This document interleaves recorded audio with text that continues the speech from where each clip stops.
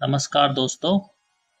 आज चर्चा करते हैं कि किस प्रकार की ग्रह स्थिति होने पर हमारे जीवन में कर्ज की स्थिति बनती है, या फिर कहे कि दिया हुआ पैसा अगर हम किसी को उधार दे देते हैं, पैसे, चाहे वो कोई भी व्यक्ति हो, अपना खास हो या बाहर का हो, तो वो पैसा जो हम कर्ज उधार देते हैं, वो दिया हुआ पैसा डूब जाता है और वापस नहीं आता है।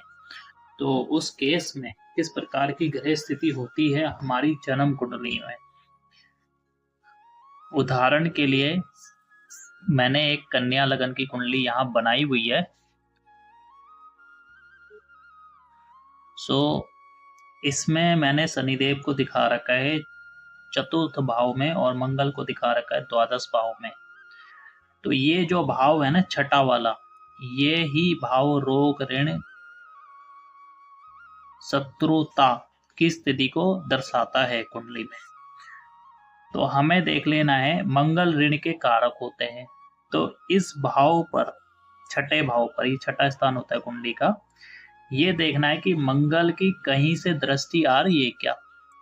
जैसे कि मंगल यहाँ बैठ जाए तो मंगल की चौथी दृष्टि यहाँ आ जाएगी इस वाले स्थान पर, या फिर मंगल यहाँ बैठ जाए, सॉरी यहाँ नहीं, यहाँ मंगल यहाँ बैठ जाए तो मंगल की 8वीं दृष्टि इस भाव पर आ जाएगी, या फिर मंगल 12वें स्थान पे बैठ जाए जैसा कि मैंने दिखा रखा है, तो यहाँ से भी मंगल की 7वीं दृष्टि आ जाएगी।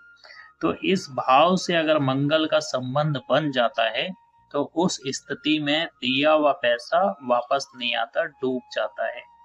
या फिर मंगल यहीं पे बैठ जाए, या फिर मंगल की यहाँ पे कोई भी राशि बन जाए, जैसे कि मेष राशि यहाँ बन जाए या वृश्चिक राशि यहाँ बन जाए। वो दो ही लगन में बन सकती है कि यहाँ पे या तो मेष राशि आ जाए, यहाँ वृश्चिक राशि आ जाए।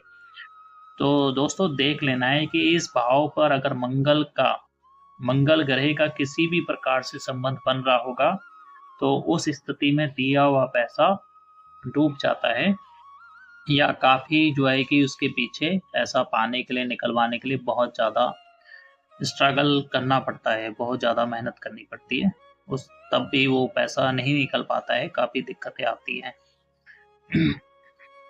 दूसरा, कई बारी क्या होता है कि शनि की अगर इस भाव पे दृष्टि आ रही है तो हमारे जीवन में या मंगल की दृष्टि आ रही हो तो कई बारी हम लोन वगैरह के चक्कर में पड़ जाते हैं, या कोई ऐसी चीज ले लेते हैं अपनी सुख सुविधा के लिए जिससे वो ईएमआई के रूप में हमारी जीवन में वो बंधन बंध जाता है कि हम जिसे को ईएमआई के रूप में चुकाते रहते हैं। तो वो भी शनि मंगल के कारण से ही होता है। अब ये देखना है कि अगर इस भाव पे गुरु की दृष्टि आ रही होगी कहीं से, गुरु की 3 दृष्टि होती है, 5वीं, 7वीं, 9वीं, तो या तो गुरु यहाँ बैठ जाए, या गुरु यहाँ बैठ जाए, या फिर गुरु यहाँ बैठ जाए। तो उस केस में क्या होगा, एकदम से बहुत ज्यादा नुकसान नहीं होगा। उस केस में गुरु बचाते रहेंगे और जो है कि मंगल शनि के दुष्प्रभाव में कमी लाने का वो प्रयत्न करेंगे।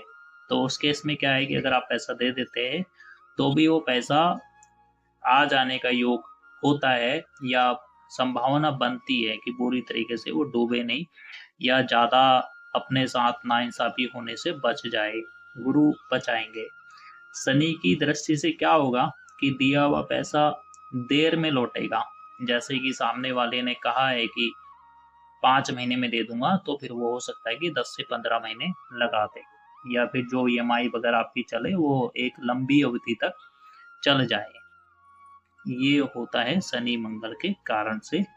और इस भाव की स्थिति को हमें देखना है कि हमारे जीवन में कर्ज की स्थिति और जो कर्जा हमने दिया है उसकी स्थिति क्या रहेगी, उसका परिणाम हमारे जीवन में कैसा रहेगा।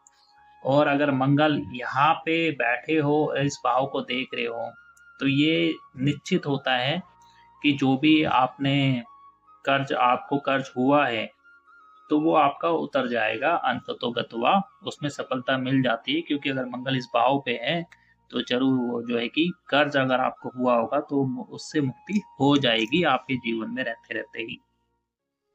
ये था दोस्तों कि कब किस केस में पैसा दिया हुआ आता नहीं है और कब कर्ज की स्थिति बनती है और किस किस ग्रह स्थिति में, जैसे गुरु की स्थिति में, कि हमें जो है कि राहत मिलती है और दुष्प्रभाव में कमी आती है। बाकी जैसे इस उदाहरण में मैंने बना रखा तो शनि मजबूत है, तो यहाँ पे क्या है, देर सवेरी से ही वो इस भाव का परिणाम ठीक भी करेंगे, अच्छा करेंगे। भले ही वो ईएमआई और कर्ज को यहाँ पे पहले घर से जोड़ रहे हैं, तो चीजें तो जुड़ेगी तो सही, लेकिन रास्ता भी निकलता रहेगा। तो देख लेना छठे भाव को, मंगल शनि को और गुरु की स्थिति को, और फिर दशा देख लेनी कि दशा कौन सी चल रही है। क्या दशा आपको शनि की है, क्या दशा मंगल की है, क्या दशा आपको खराब राहु की है, क्या ग्रह दशा आपको खराब केतु की है।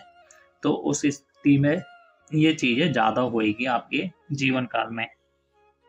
गुरु की महादशा हो, बुध की महादशा हो, शुक्र की महादशा हो, तो उस केस में, ये सूर्य की महादशा हो, तो उस केस में थोड़ी एक कम संभावना बनती है। सूर्य को देख लेना है कि कैसी स्थिति है सूर्य की।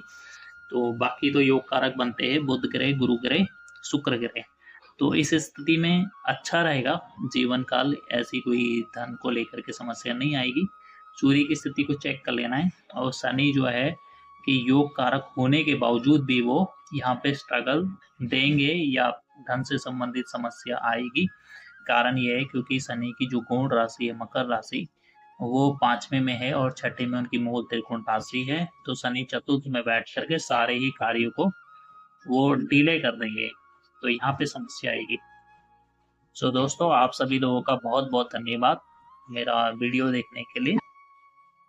आपको अच्छा लगा हो, पसंद आया हो मेरे वीडियो, तो जरूर से मुझे सपोर्ट कीजिएगा, मेरे चैनल को सब्सक्राइब कीजिएगा और लाइक कीजिएगा, कमेंट कीजिएगा। और किसी भी टॉपिक पे अगर आप वीडियो चाहते हैं मेरे द्वारा कि मैं उस टॉपिक पे वीडियो बनाऊं, तो ज़रूर से आप कमेंट करके मुझे बताइएगा। और आगे भी हम आपके लिए ऐसी वीडियो लाते रहेंगे।